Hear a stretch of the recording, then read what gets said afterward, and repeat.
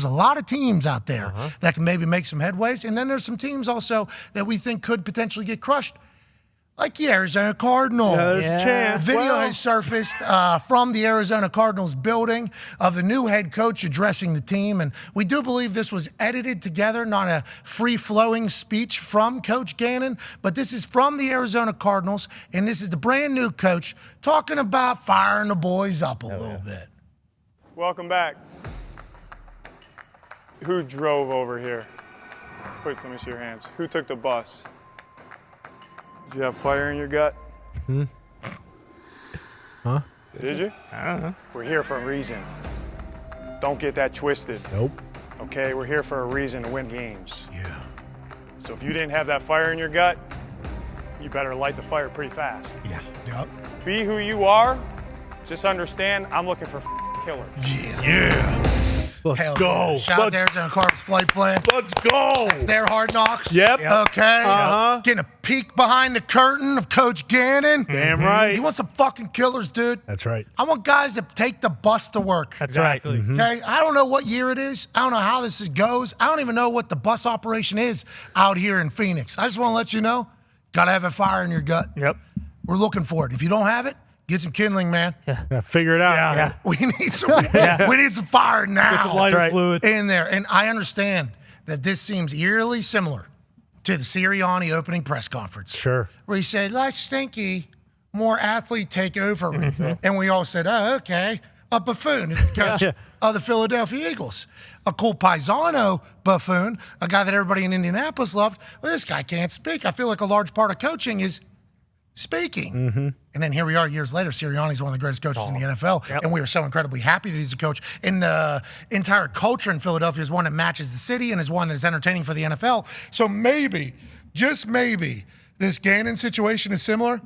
But I pictured myself in that room, and I had a tough time coming out of there without saying something just, hell yeah, hell yeah. Yes. Hell yeah. Hell yeah. Fucking killers, dude. Yeah. Which I love. I absolutely love the fucking killers line. I hope they have that in there, and I hope he's able to put that inside of that culture. But the delivery was certainly one that I found fascinating. And we're going to have to TBD on our thoughts here on the Arizona Cardinals going forward. But maybe they do just have a bunch of homicide in there. And they got killers all over the place, and they're able to go win that daunting NFC West. I mean, I think it's certainly possible that he called Sirianni and was like, hey, how do I address these guys? And Sirianni told him, like, hey, you go out there and give a D- speech, okay? Can't be an F because guys will turn off right away. Got to be at least D-. Like when he, kind of, do you have that fire in your gut? Do you? Like kind of challenging guys a little bit.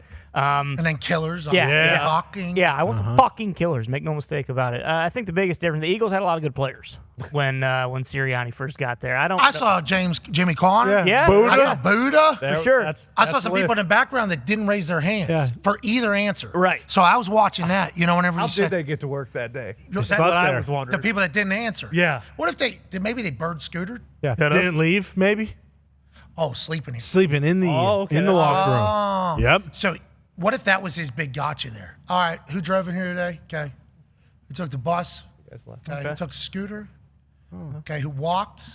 Okay. Keep your hands up. Keep your hands up. Who took a bicycle? Okay, everybody's hands are up there except for mine. You know why? I fucking slept here. Bitch. Okay? So that's what I fucking need out of all you. That would have been an interesting little turn. Yeah. Yeah. But instead what I saw was nobody answered him in the back. Yeah. And that's not good. No, it's not. That's like, just knock on wood if you're with me, you know what I mean? Sure. That's a big thing. The give and take of a speech team meeting, who's dialed in, who's not dialed in.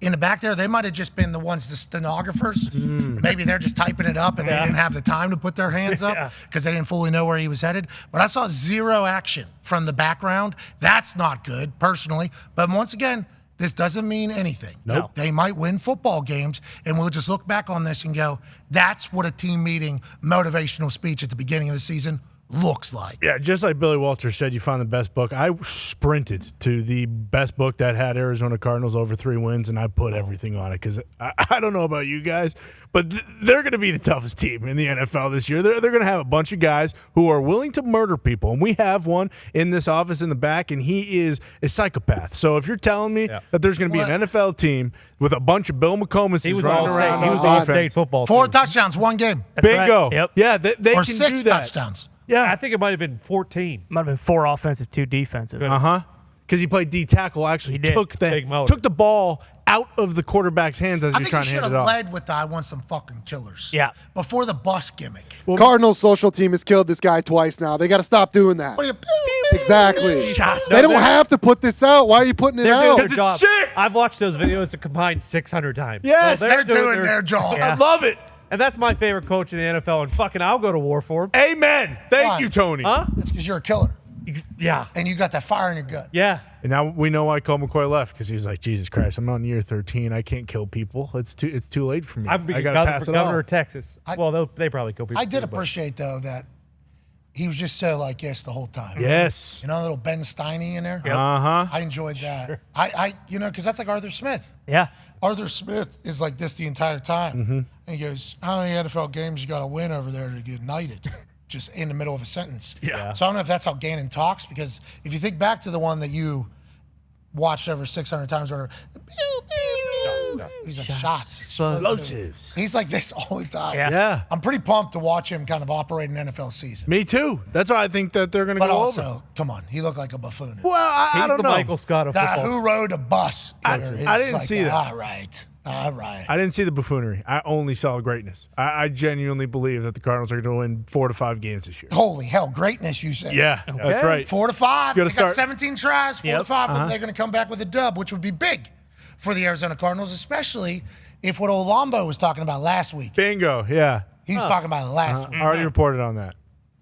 That's old news. Dove made the correction. He though. did. He did. He put it in there. Yep. Michael Lombardi presented something to us last week that was kind of eye-opening about the Arizona Cardinals. I guess there was like $56 million associated with Kyler Murray getting injured. And it's like a guarantee if he gets hurt, okay, you get another $56 million. They do this so that they don't have to send the big check to the NFL and guarantees, pretty much. So this is just to offset a little bit of the guarantees and everything like that in contract language, Michael Lombardi basically said. So then he said, Kyler's not going to play next year for this particular team. They're not going to risk getting him injured and have to pay $56 million. Now, we did push him a little bit on why he thought that. He said, basically, he alluded to them being kind of moving on. They're ready to move on to another era, another generation. But also, maybe their season's at a point whenever he's back to be healthy where it is Yeah. absolute dead. And they're like, we don't want to risk the $56 million. Does that mean they're moving on? That's a fascinating thing because we would assume that a team would trade for him. We Yeah. would assume. Oh, yeah.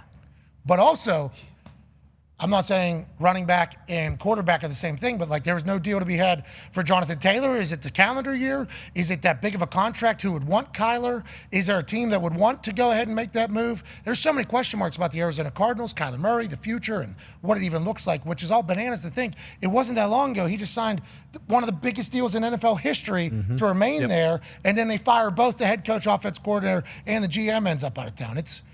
Cardinals are an interesting fucking case study on how to run an NFL team. As we've heard before, there will be a coach or team out there that thinks that we can win with this guy. It's just where he was.